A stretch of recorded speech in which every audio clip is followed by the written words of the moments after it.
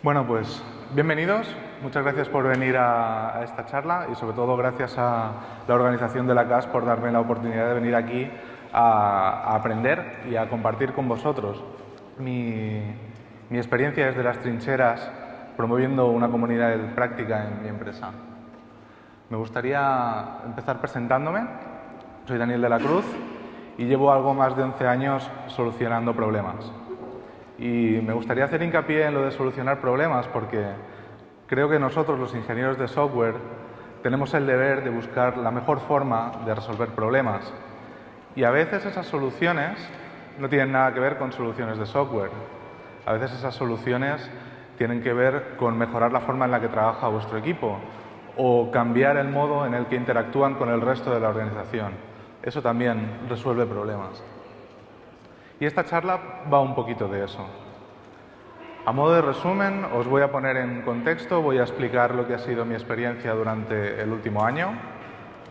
Voy a explicar también cómo promovimos una comunidad de práctica para resolver una serie de problemas que teníamos en nuestra organización. Y también voy a dar lo que he aprendido a la hora de ponerla en marcha y facilitarla para que vosotros pues salgáis de aquí con algo que podáis intentar aplicar en vuestra empresa. Un poquito de contexto.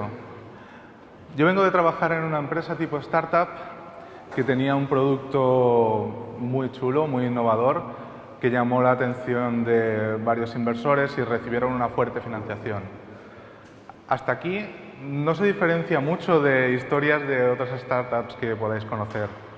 En nuestro caso, lo que pasó es que experimentamos un gran crecimiento en poco tiempo. Para que os hagáis una idea, pasamos de 60 empleados a más de 170 en menos de un año. Esto es casi triplicar el tamaño y supuso un gran desafío a la hora de escalar la organización. Para escalarla o organizarla, lo que se decidió es adoptar un modelo tipo organización de Spotify, que no voy a explicar aquí porque se sale de contexto, pero resumiendo un poquito, consiste en dividir a los programadores, a los especialistas, en squads, en equipos multidisciplinares y equipos que no sean demasiado grandes. El problema es que cuando divides a la gente, ¿qué pasa? Que los especialistas ya no trabajan juntos. Se pierde esa comunicación que tenían antes cuando a lo mejor la empresa era más pequeña y podían sentarse juntos, tomar decisiones rápidas y llegar a acuerdos. Por esto empezamos a aplicar lo que se llaman los chapters, que es una estructura horizontal para poner en común todo este tipo de cosas, para hacer alineamiento, para intentar no resolver los mismos problemas dos veces y no reinventar la rueda.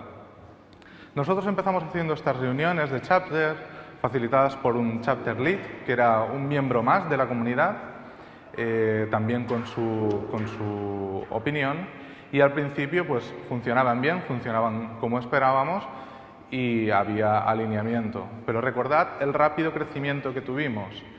Nosotros cada semana teníamos más miembros en la comunidad y empezamos a experimentar los primeros problemas. Problemas que venían de falta de acuerdo, de propuestas que estaban encima de la mesa y no salían hacia adelante o quedaban en el olvido. También había gente que tenía miedo a presentar nuevas iniciativas. Bueno, una serie de problemas que pensábamos que era porque la gente, no se llevaba bien, no nos comunicábamos bien, quizá teníamos un problema de facilitación.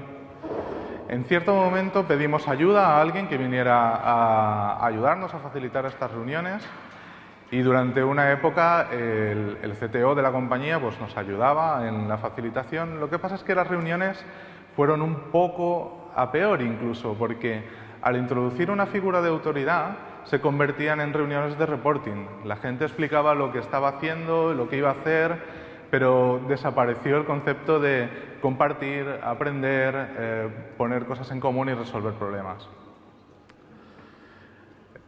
Eran problemas que no eran nuestros solo, eran problemas normales.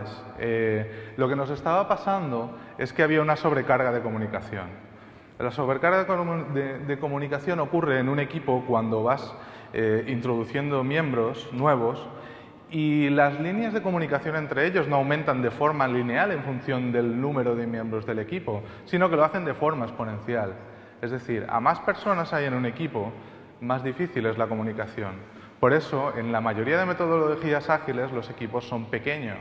Este es el motivo, para que la comunicación sea fluida. Además nos costaba mucho y estábamos un poco obsesionados en que no había consenso. Yo he acabado pensando que el consenso es un arma de doble filo, ¿no? Porque, bueno, decía Sigmund Freud que si dos personas están de acuerdo en todo, seguramente una de ellas piensa por los dos. Bueno, no sé si lo dijo Sigmund Freud, pero he encontrado esta cita en Google y parecía legítima. Y la he puesto aquí. Es un poco lo que pienso, ¿no? El consenso a veces es peligroso, ¿no? Podemos pensar que una decisión se ha tomado por mayoría, pero en realidad lo que estamos haciendo a veces es ceder. Me gustaría hacer un experimento con vosotros, no sé cómo va a salir, pero vamos a probarlo, que estamos entre amigos. Imaginad que trabajamos todos en el mismo equipo, ya sé que es un equipo grande, pero no importa mucho. Y tenemos que decidir a qué hora hacemos el daily stand-up, esta reunión de sincronización diaria, etc. Imaginad cada uno con vuestras circunstancias personales, a qué hora llegáis a la oficina y a qué hora os iría bien. Levantar un momento la mano todos. Todos la mano, vale. Que baje la mano a quien le iría bien hacerlo a las 8 de la mañana. ¿Vale? ¿A quién le iría bien hacerlo a las 9 de la mañana? ¿Vale? Los de las 8, seguid también con la mano bajada. ¿A quién le iría bien a las 9:30? ¿A las 10? Mirad alrededor. ¿A qué hora haremos el stand-up? A las 10. ¿Lo hemos decidido por consenso? ¿Por mayoría? ¿Quién lo ha decidido? Lo ha decidido una minoría. Lo que pasa normalmente cuando tenemos grupos sociales medianamente complejos es lo que Nicholas Nassim Taleb en el libro de Black Swan, que os recomiendo, llama la dictadura de la minoría intransigente. Este es un efecto que se produce cuando tienes un grupo social amplio y hay que tomar cualquier decisión o hay que hacer cualquier cosa. Siempre, o normalmente siempre, hay un grupo mucho más amplio que es flexible y un grupo pequeño que es inflexible o intransigente. Las palabras dictadura, minoría, intransigente son muy fuertes, son palabras muy fuertes, pero es como lo describe él. Y esto ocurre, ¿no? Seguramente os habéis encontrado en equipos en donde hay gente pues, con opiniones fuertes y esta gente normalmente lidera la toma de decisiones, lidera lo que hace de forma natural, tiene un liderazgo natural.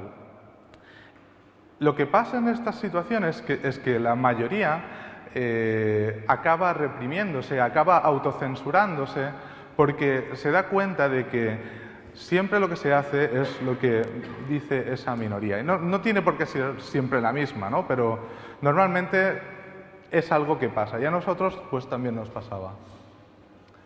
¿Cómo diluimos este efecto?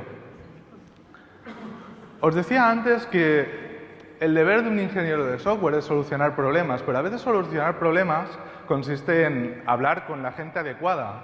A lo mejor no tienes la solución. Nosotros no teníamos la solución. Pero había alguien en la empresa con experiencia en resolver este tipo de situaciones. Entonces preguntamos a los Agile Coaches.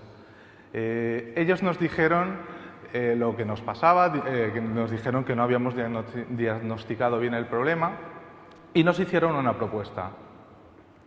Esa propuesta era hacer un reset del sistema y convertir nuestra sociedad en una comunidad de prácticas.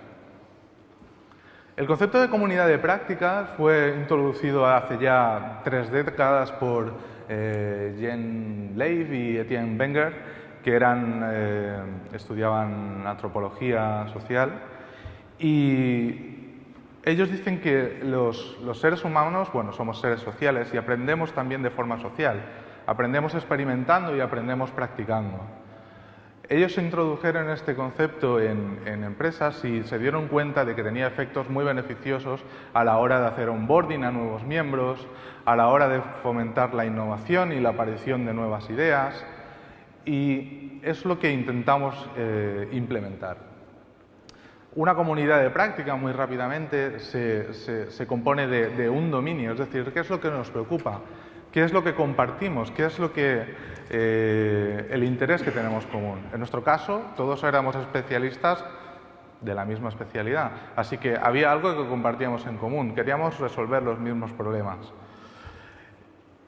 Pero a diferencia de un grupo de interés cualquiera, era una comunidad que practicaba lo que compartía, su profesión o su artesanía. Así que la práctica también es parte importante, es cómo pones en marcha todo ese conocimiento y cómo lo pones en común. Y por último, pues la comunidad, que es el tejido social que fomenta sobre todo la aparición de nuevas ideas. Para nosotros lo importante era eso, que hubiera nuevas propuestas, nuevas ideas, que el grupo dejase de estar paralizado. Así que decidimos pues, ponerlo en marcha. Pero ¿cómo pones en marcha? ¿Cómo introduces un cambio de este estilo? Lo primero que hicimos fue identificar a personas clave a las que convencer. Y estas personas clave, en las que seguramente estáis pensando, pues no tienen por qué ser managers, no tienen por qué ser gente de autoridad. A lo mejor son gente a la que es más fácil convencer, o gente más afín, o gente que sabéis que tiene una opinión respetada. Si convencéis a 2 o 3 personas clave antes de poner una propuesta delante de todo un grupo, a la hora de hacerlo vais a tener su apoyo y os va a ser mucho más fácil. Esto a nosotros pues, nos funcionó muy bien. También diseñamos una estructura sin jerarquía para eliminar este efecto de introducir una figura de autoridad y tener reuniones de reporting. Y también autoorganizada. La toma de decisiones a la hora de realizar cualquier cosa era descentralizada, en cambio de era descentralizada. Esto era así pues, para evitar discusiones, reuniones ineficientes en las que solo acabas pues, discutiendo sobre si se hace o no se hace algo en vez de lo que has aprendido haciéndolo. El aprendizaje, por lo tanto, también era distribuido. Y para facilitar la autoorganización, pues diseñamos un proceso sencillo, fácil de entender, de forma que cualquiera lo pudiera facilitar. Lo que hicimos fue hacer una facilitación rotativa. Cada semana alguien se encargaba pues, de organizar la reunión, de preparar una agenda, que es muy importante para que las reuniones no se vayan de madre, aunque parezca una obviedad, con un time box, etc. Y diseñamos este proceso, un proceso learning first. El aprendizaje es lo primero. Aprendemos del éxito y del fracaso. Y es un entorno seguro en el que experimentar y compartir. Lo primero que alguien de la comunidad debía hacer para hacer algo era proponer una idea. En la idea tenía que explicar por qué quería hacerlo, cómo y qué esperaba aprender. Una vez presentas la idea a la comunidad, necesitas convencer a 2 o 3 personas. ¿Para qué? Pues para que no todo el mundo se pusiera a hacer lo que le diera la gana. El objetivo es compartir, el objetivo es trabajar con personas de otros equipos. Así que cuando convences a 2 o 3 miembros de la comunidad, automáticamente eso se convertía en una iniciativa que se podía hacer. Si tú quieres que una iniciativa se haga aunque tú no quieras participar, pues la votabas o te dejabas convencer. Luego estas iniciativas pues pasaban a work in progress. Cada iniciativa tenía a alguien liderándola y pusimos un par de reglas también para fomentar pues, que hubiera colaboración y que no hubiera gente monopolizando todas las iniciativas. Pusimos una regla de que solo podía haber un miembro trabajando en una iniciativa y que al menos debería haber 2 miembros para empezar a trabajar en algo. Y por último, cuando eso ya se había desarrollado, cuando tú lo habías puesto en práctica en tu equipo, cuando habías llegado a una conclusión, lo celebrabas. La forma de celebrarlo era compartirlo con el resto. Para poneros ejemplos más concretos, imaginaos que alguien quería aprender un nuevo lenguaje, un nuevo framework, utilizar, probar un servicio, lo que sea. Organizaba un workshop, escribía un post en el blog, preparaba un meetup, lo compartía con el resto de la comunidad. De esta forma tampoco había censura, no había veto, porque simplemente había gente que se juntaba en un grupo de 3 o 4 personas suficientemente pequeño para agilizar la toma de decisiones, aprender, y luego a la hora de compartirlo es imposible que tú digas, oye, pues no vamos a hacer esto, sí vamos a hacer esto. El aprendizaje era lo primero. También lo hicimos visible, porque otra de las cosas que nos hicieron pensar mucho es que había gente que dejaba de venir porque no sabían lo que estábamos haciendo, e incluso había gente de fuera de la comunidad que estaba haciendo lo mismo y se perdía un poco el sentido. Esto lo hicimos visible, es muy fácil hacer las cosas visibles. Nosotros nos montamos un GitHub Project porque era la herramienta con la que estábamos acostumbrados a trabajar, pero bueno, podéis montar pizarras, Trellos, Jiras, lo que os dé la gana, ¿vale? Jira si os va el rollo duro. Y bueno, finalmente propusimos una plantilla para las reuniones de sincronización, es decir, no queríamos reuniones de sincronización como las que teníamos antes, que duraban 2 horas, no tenían timebox, etc. Esto también facilitaba al que organizaba la reunión de forma rotativa saber qué era lo que tenía que hacer. Así que bueno, ya terminando un poco las conclusiones de poner esta comunidad de práctica en marcha son que una vez eliminamos las jerarquías y descentralizamos las decisiones, mejoró muchísimo la efectividad en las comunicaciones. Las decisiones se tomaban en pequeños grupos, muy en local, y se compartían. Si os fijáis un poco en la slide de antes, toda la columna de cosas que celebramos es mucho más grande que todo lo que habíamos hecho en los meses anteriores, ¿no? Salieron varios workshops, salieron librerías que empezamos a utilizar todos, o sea, es algo que acabó funcionando muy bien y desbloqueó a todo el mundo que estaba cohibido antes. También evitar consensos, en la medida de lo posible, acaba agilizando todo. Cuando tu objetivo es llegar a un consenso, que todo el mundo esté de acuerdo, seguramente eso es más probable que no se termine haciendo que lograr que todo el mundo esté de acuerdo. Por último, el objetivo de una comunidad de práctica debería ser aprender, compartir y practicar, no sincronizar, reportar, alinear, consenso. Una vez más, reuniones con agenda, por favor, que no se os vayan de tiempo. Un poco de bibliografía de cosas que he mencionado. Esto lo encontraréis en las slides que publique y ya está. Hasta aquí. Si tenéis alguna pregunta.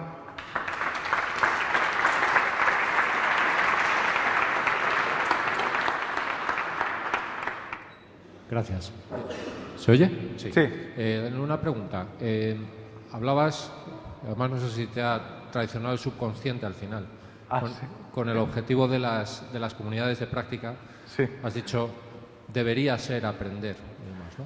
Sí. Entonces, claro, al final son experiencias que funcionan muy bien cuando efectivamente todo el mundo asume ese objetivo como tal. ¿Qué tal os ha funcionado? O sea, ¿habéis encontrado gente con diferente grado o con diferentes intenciones dentro de esa comunidad? ¿Y eso cómo lo habéis gestionado después? Sí, me has traicionado el subconsciente, pero sí, todo el mundo asumió que el objetivo es aprender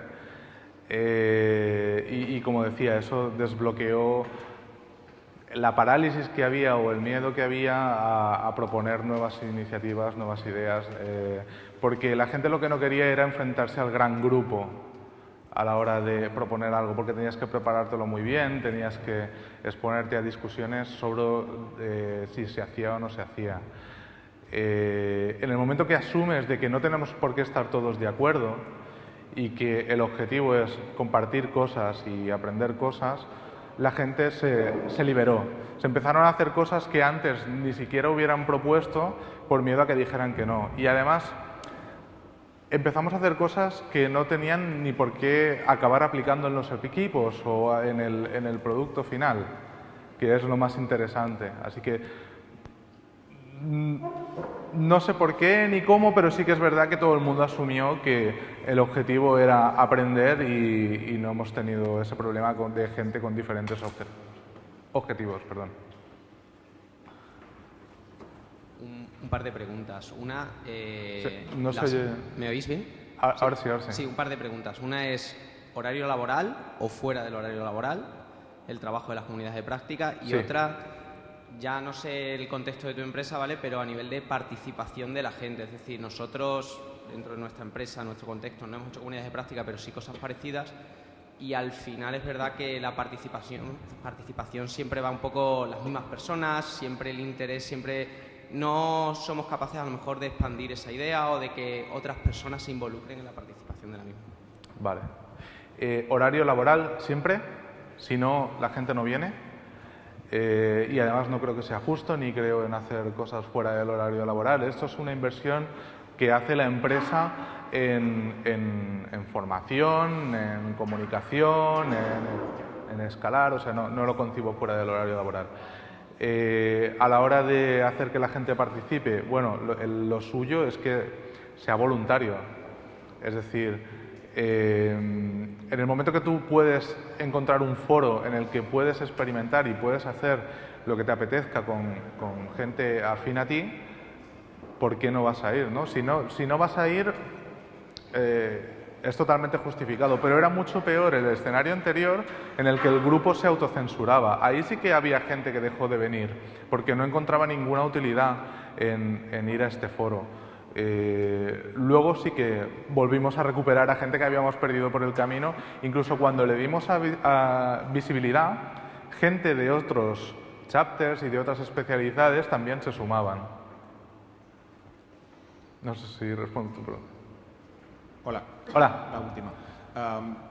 Pregunta-aportación. Vale. Porque en eDreams hemos tenido una experiencia, creo que bastante chula, que puede servir un poco de complemento, porque me ha gustado mucho el enfoque que le has dado. Nosotros teníamos una barrera que tenía que ver con el horario laboral, el medir el resultado, y entonces un mensaje del tipo tenéis que aprender, tenéis que divertiros. Perdón. Eso no funcionaba. Lo que hicimos fue ligarlo a la innovación. La capacidad de innovación de la compañía depende de que seamos capaces de reservar un espacio, y entonces había bastante alineamiento, digamos, en el pueblo, y fuimos capaces de introducir mediante un time box, asegurar que eso sucedía y poder empezar a medir y que hubiera resultados que éramos capaces de meter en los backlogs de los equipos a partir de esa experiencia. Y te iba a preguntar algo, pero se me ha olvidado lo que te iba a preguntar. Vaya, hombre. Bueno, un minuto. sí, quería recordar también que agradecería mucho que me dejarais el feedback en la cajita antes de iros. Hola. Dime.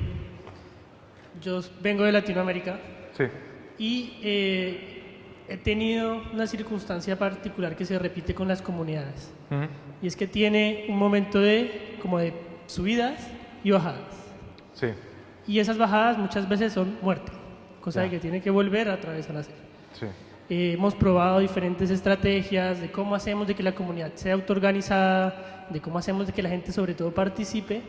Y mi pregunta es, ¿cómo logran que se genere un ritmo, una dinámica de estar compartiendo? Algunos lo hacen inclusive una vez, 2 veces y luego bajan nuevamente y como que mueren. Entonces, para mí ha sido el principal desafío en el que estoy ahora, lo estoy tomando con mucha calma con estas personas que apoyan, no dan charlas Scrum Masters ni coaches, sino únicamente la gente que está empezando a involucrarse para que sean ellos quienes la mantengan viva después. Mi pregunta es si tienes algún tip, alguna sugerencia acerca de cómo hacer que esta comunidad se mantenga viva y que a la gente le interese seguir participando. La verdad es que nuestra comunidad de práctica es bastante joven para que pase esto todavía, pero lo que creo que es sano es que haya un reset cada cierto tiempo. Por eso decía que era bueno lo de que no hubiera jerarquías. Al ser la organización rotativa, no hay nadie que se queme, no hay nadie que siempre esté haciendo el trabajo duro, etc. Yo creo que es sano que de vez en cuando hagas un cambio, una transversión y cambies la forma de organizarlo todo. Pero si te soy sincero, nuestra comunidad aún es muy joven para haber experimentado esto y no te puedo decir qué nos ha funcionado porque todavía no lo hemos vivido.